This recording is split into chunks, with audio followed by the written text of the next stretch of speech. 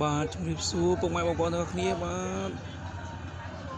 ថ្ងៃនេះចូលមកដល់ប្រាសាទបាយ័នហើយបាទនៅកន្លែងនេះបងប្អូនកំពុងតែឃើញថាកន្លែងលោកយាយលោកតាគាត់ចូលទៅបន់ស្រន់កន្លែងព្រះអង្គបាទនៅក្នុងប្រាសាទបាយ័នបាទសូមសេចក្តីសុខសេចក្តីចម្រើនគាត់នាំកូនចៅគាត់មកសូមក្តីសុខអីមើលពីព្រះអង្គដែលថែសារនៅប្រាសាទបាយ័ន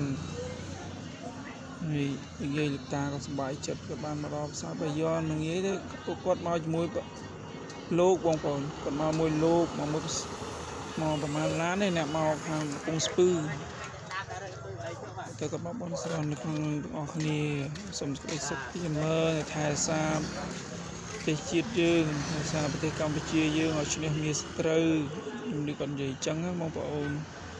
បាទសូមអរគុណជួបវីដេអូទៅក្រោយទៀត